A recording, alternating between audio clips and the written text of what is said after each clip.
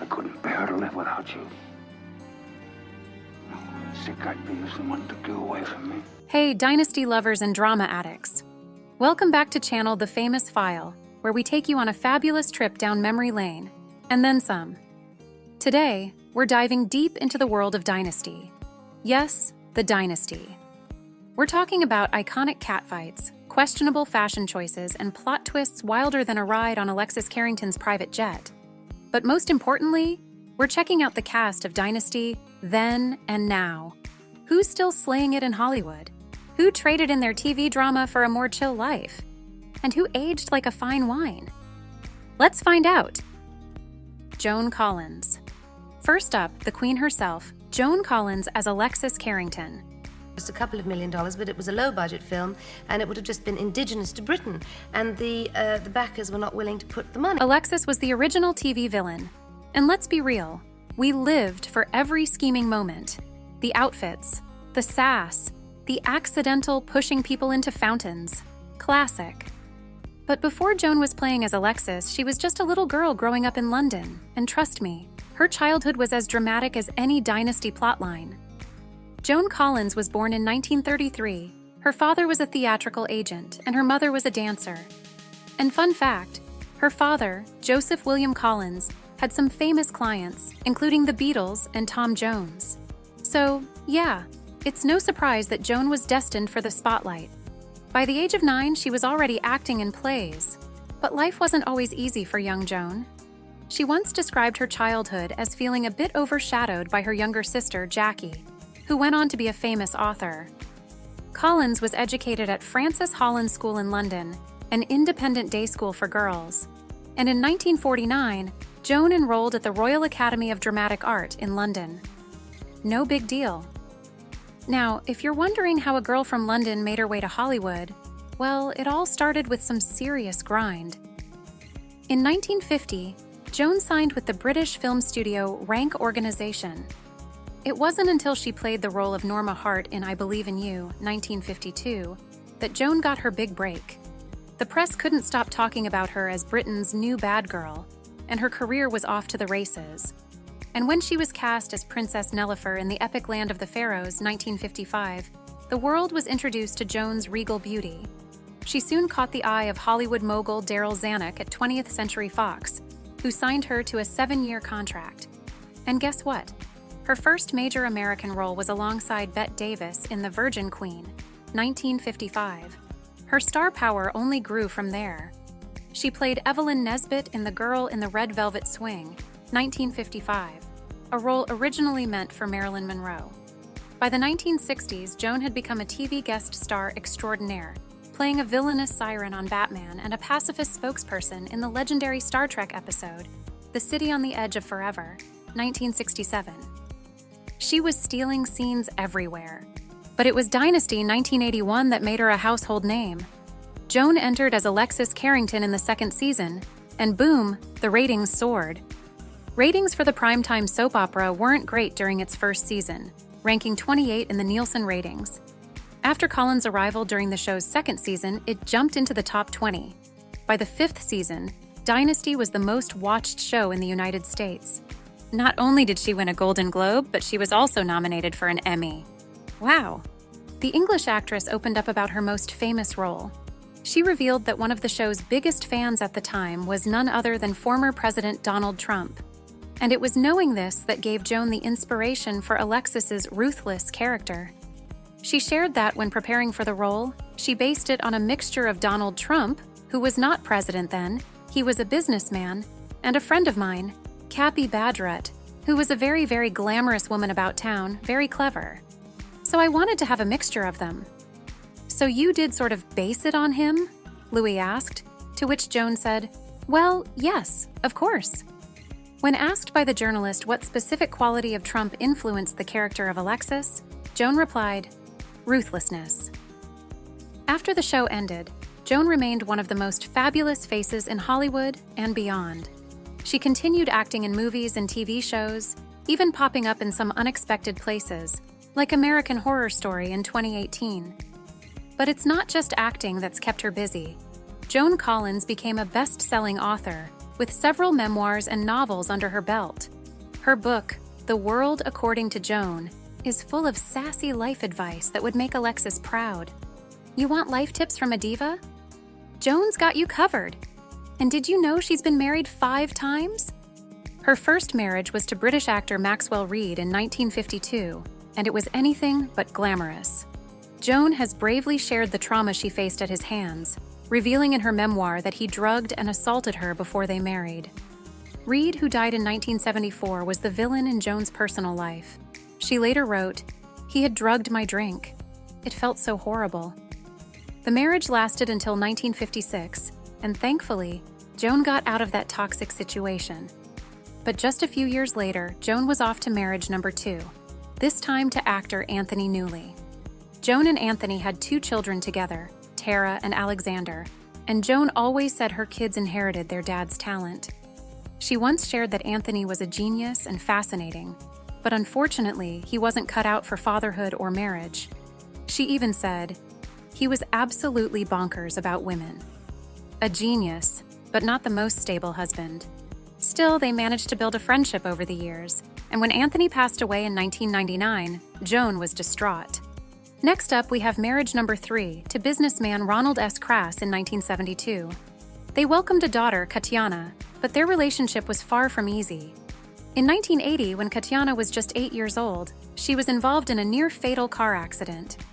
Joan later described it as the worst thing that ever happened in her life. Thankfully, Katiana recovered, but the strain it put on Joan's marriage was intense. Ron also struggled with drug addiction, and by 1983, they divorced. In 1985, Joan walked down the aisle again, this time with Swedish singer Peter Holm. Now, this one was short and, let's say, not sweet. They were married for only 2 years, and their divorce was anything but amicable. So, at this point, Joan had 4 marriages under her belt, and she was ready to call it quits on the whole wedding thing. Until she met Percy Gibson, theater producer, in 2000. By 2002, they were married, and they're still going strong. In her memoir, The World According to Joan, she wrote, "I kissed a lot of frogs before I found my prince." Isn't that the truth? After all the drama, Joan finally found her happily ever after. She's still living her best life, and at over 90 years old, Joan Collins remains the reigning queen of glamour. She's practically royalty in Hollywood and has no plans of slowing down. John Forsythe. Next up, we've got Blake Carrington himself, John Forsythe. Is John Forsythe, Dynasty. Well, He was the king of the Carrington Empire, and his voice was as smooth as silk. Seriously, Blake could order a hit on you, and you'd still think, wow, that's a gentleman. But before Dynasty, before he was even Charlie from Charlie's Angels, John Forsythe was just a kid from Penns Grove, New Jersey. Born in 1918, Forsythe was actually named John Lincoln Freund. Yep, he went from John Freund to John Forsythe, which definitely sounds like a soap opera transformation in itself, right? He was raised in Brooklyn, and fun fact, he originally wanted to be a sports announcer. His career started early, though. Forsythe was already working in the radio at the age of 16. He had that deep, smooth voice even as a teen. Can you imagine being in high school and hearing a teenage John Forsythe announcing morning news? He could probably make algebra sound classy. His early career was interrupted by World War II.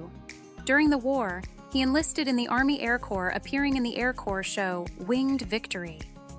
After the war, he helped found the Actors Studio.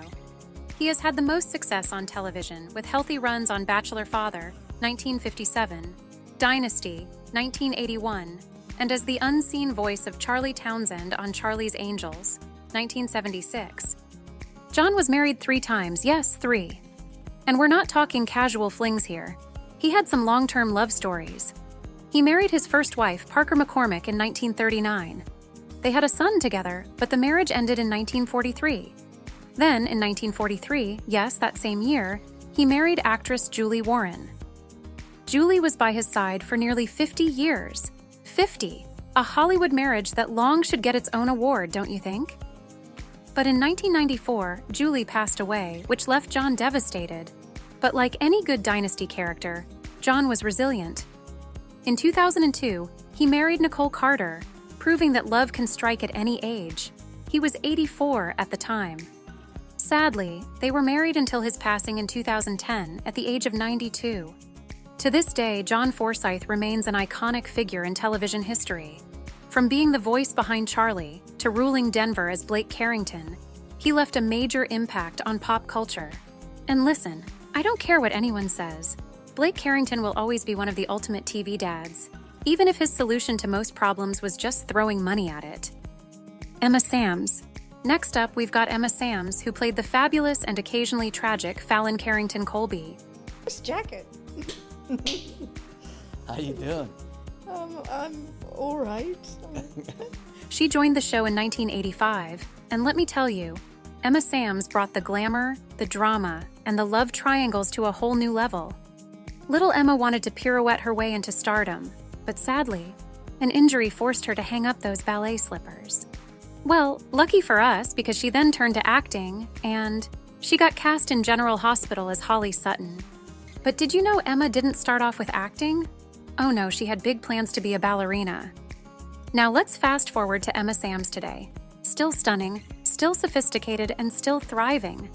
Emma Samms, after her Dynasty days, went on to make quite the name for herself beyond the Carrington mansion. After leaving Dynasty, Emma reprised her role as Holly Sutton on General Hospital, a role she actually started before joining Dynasty. She made several returns to GH over the years, keeping fans hooked with her acting chops and charm. And if you thought she only stayed in the soap opera world, think again. Emma has dabbled in all sorts of projects, both in front of and behind the camera. Plus, she's been an advocate for many causes, including raising awareness for long COVID after she contracted it in 2020. So not only is she an icon, but a real-life superhero too. Now let's talk about Emma's love life, shall we? Because what's a Dynasty video without a little romance? In true soap opera fashion, Emma's love life has had its share of highs and lows. Let's start with her first marriage to businessman Bansi Nagji. The two tied the knot in 1991. It seemed like a perfect match. She was riding high on her Dynasty fame, and he was a successful entrepreneur. But after a few short years, the marriage fizzled out, leaving fans wondering what went wrong. Her second marriage came not long after. In 1994, she wed Tim Dillon, an American screenwriter. Now, you'd think two people in showbiz would get each other, right? But this one was over before we could say Carrington catfight. The relationship didn't last long, and while there wasn't any public mudslinging, insiders hinted at personality clashes and the pressures of Hollywood taking their toll. But wait, the story doesn't end there. In 1996, Emma found love again, this time with British psychiatrist John Holloway. This marriage seemed like it would go the distance. 2 kids, a quieter life, things were looking solid. But even the calmest waters have their storms. After 8 years together, the couple called it quits in 2003.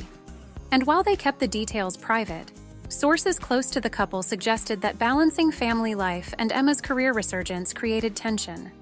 Plus, let's be real, being married to a soap star can't be easy. General Hospital kept pulling Emma back, and the constant back and forth between work and family life may have played a part in their split. Now, let's fast forward to 2021 when sparks flew between Emma and British journalist Simon McCoy. And let me tell you, this was the plot twist none of us saw coming. After all the ups and downs, Emma found her happily ever after with Simon, a former BBC News anchor known for his own dry wit and no-nonsense style. These two tied the knot in 2021, and I have to say, their relationship seems like it's straight out of a romantic comedy. Simon's sense of humor is a perfect match for Emma's grace and charm. He even tweeted cheeky remarks about their wedding, showing us all that, yes, they might be in love, but they're not taking life too seriously. Pamela Bellwood. Pamela Bellwood. Or should I say Claudia Bladel, the woman who made mental breakdowns in a mansion look fabulous. My room was filled with dozens of bouquets, aromas, that covered up the smell of what was really going on. Bellwood was a key part of Dynasty's early days, bringing depth, drama, and just the right amount of unpredictability to the show. Born on June 26, 1951, in Los Angeles, California, Pamela developed a love for performing at a young age. Raised in a family that appreciated the arts, she was encouraged to pursue her dreams. Throughout her career, Pamela has not only showcased her acting skills, but has also ventured into other creative endeavors, including writing and producing. Her multifaceted talent has opened doors to numerous opportunities in the entertainment industry, making her a respected figure among her peers. She had that raw, classic talent that stood out, which eventually landed her guest spots on popular TV shows in the 70s, like The Rockford Files and Barnaby Jones. But Dynasty was her big break. When she was cast as Claudia, her portrayal of a woman struggling with mental illness was both ahead of its time and the emotional heart of the show. However, in January 1981, she was written out of the series early in the third season, in late 1982. She appeared once in March 1983 to help usher in Jack Coleman as a recast Stephen Carrington, and later returned full-time in October 1983. Bellwood remained a key character for several seasons until leaving the series a final time in 1986 to become a full-time mother. After Dynasty, Pamela stepped away from the non-stop craziness of Hollywood and chose a more low-key life. She appeared in a few smaller TV shows and made-for-TV movies, but she definitely took a back seat compared to her Dynasty years. And while some of her castmates dove headfirst into other projects or reality TV, Bellwood focused more on her personal life and quieter acting roles. She also got involved with various artistic projects behind the scenes. Plus, Bellwood has been happily married to photographer Nick Wheeler since 1984. The couple mostly stayed out of the Hollywood spotlight, living a pretty private and calm life. Gordon Thomson. Last but not least, let's take a look at one of the best-looking villains in TV history, Gordon Thomson, aka Adam Carrington. Adam was the guy you loved to hate, manipulative, scheming, but always with that smug, charming smile that could make you forgive him for almost anything.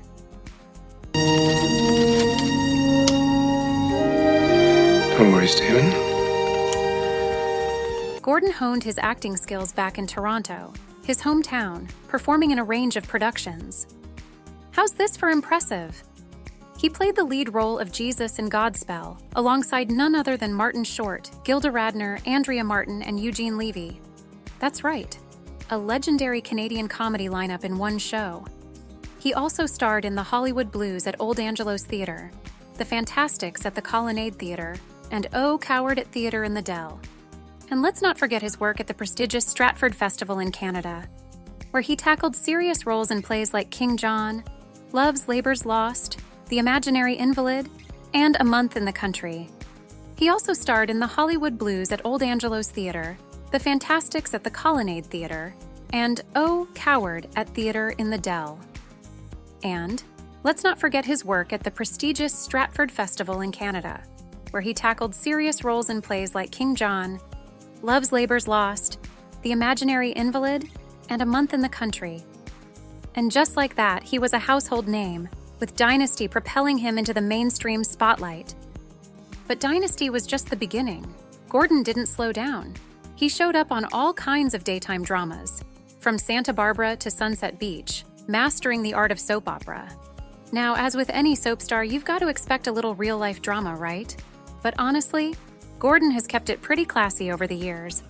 No wild tabloid scandals, although in 2017, he did make headlines when he publicly came out as gay in an interview. Linda Evans. Linda Evans was the definition of elegance and class, but her life off-screen was just as fascinating as her life on Dynasty. My job back. You don't really want to be back, wife. So buckle up, folks, because we're about to go through Linda Evans' journey from 1981 to 2024. And trust me, there's been plenty of drama, just not the soap opera kind. Let's start at the beginning, shall we? Before Linda Evans became the Crystal Carrington, she had quite the Hollywood upbringing. Did you know she was already making a name for herself in the 1960s? Yep, our girl Linda got her first break on the hit TV series The Big Valley as Audra Barkley. The Big Valley was her launching pad, but little did anyone know, she'd be catapulted to a whole new level of stardom just a few decades later. Fun fact, Linda Evans wasn't just a pretty face. She was a serious horseback rider on the Big Valley. I mean, Forget a stunt double. Linda was out there galloping and looking gorgeous. Honestly, if I tried that, I'd probably fall off before the opening credits. Fast forward to 1981, and boom, Linda Evans takes on the role that would define her career, Crystal Carrington on Dynasty. And honestly, let's just pause and appreciate that fabulous hair. That feathered blonde look? Iconic. I mean, it's like she was in a constant shampoo commercial. And those outfits? Crystal's wardrobe was so glamorous, she probably had a sequined bathrobe somewhere. Now, let's not forget about the rivalry of all rivalries, Crystal versus Alexis. Linda Evans and Joan Collins served up more drama than a Thanksgiving dinner with your most problematic relatives. The Lily Pond fight? TV gold. I'm convinced half of Dynasty's budget went to dry cleaning all the water-soaked couture. Behind the scenes, though, there was no bad blood between Linda and Joan. In fact, Linda once said that filming those fights was one of her favorite parts of the show. No real slaps were exchanged, and Joan even called Linda one of the most professional actresses she ever worked with. Professional, but still ready to toss someone into a fountain. Respect. When Dynasty finally wrapped in 1989, Linda Evans had already cemented herself as TV royalty. But here's where things get interesting. After leaving the small screen, she took a bit of a break from acting. And honestly, after all those years in shoulder pads, I get it. I would need a vacation too. Linda didn't just retire to a life of luxury, though. Well, okay, partly luxury. She spent the 90s exploring spirituality, meditation, and even retreating to the mountains of Washington state. Can you imagine?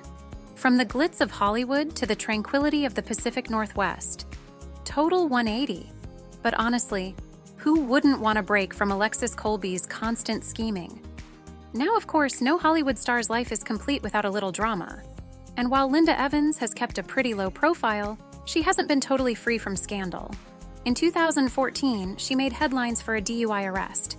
Hey, nobody's perfect, right? But Linda handled it with grace, owning up to her mistake like a true Carrington would. No soap opera-worthy courtroom outbursts or anything. Just pure class. And Linda's love life has had its fair share of ups and downs. She was married to director John Derek in the 60s, but that ended when Derek left her for a younger woman. And not just any younger woman, Bo Derek. Yes, the Bo Derek. Ouch. But Linda handled it like a pro, even saying later that the breakup made her stronger. And then, in the 80s, Linda found love again with Yanni. Yes, the legendary Greek composer. Talk about an unexpected pairing. But they had a beautiful relationship that lasted for nearly a decade. They eventually parted ways, but they've remained friends, which is honestly more than most soap characters can say. Now, let's fast forward to the 2000s and beyond. Linda Evans might not be on our screens as much, but she hasn't disappeared. In fact, in 2009, she made a surprise appearance on Hell's Kitchen, of all places. And she won. Who knew Crystal Carrington could cook? She's also written a memoir, Recipes for Life, and made the occasional TV appearance, always reminding us why we fell in love with her in the first place. As of 2024, Linda Evans is 81 years young, and let me tell you, she is still stunning. She's been embracing her age, staying healthy, and living her best life. No more catfights, no more shoulder pads, just peace, tranquility, and the occasional glamorous public appearance. And honestly, isn't that the best happily ever after? And there you have it. The glamorous cast of Dynasty, then and now, some still shining in the limelight, some stepping away from the chaos, and others leaving behind legacies that will last forever. Whether they were causing mayhem on screen or handling real-life drama off-screen, these stars have given us some unforgettable moments. And let's be real, we're still not over those catfights in the lily pond. If you loved this trip down memory lane, make sure to hit that like button and subscribe for more Hollywood throwbacks.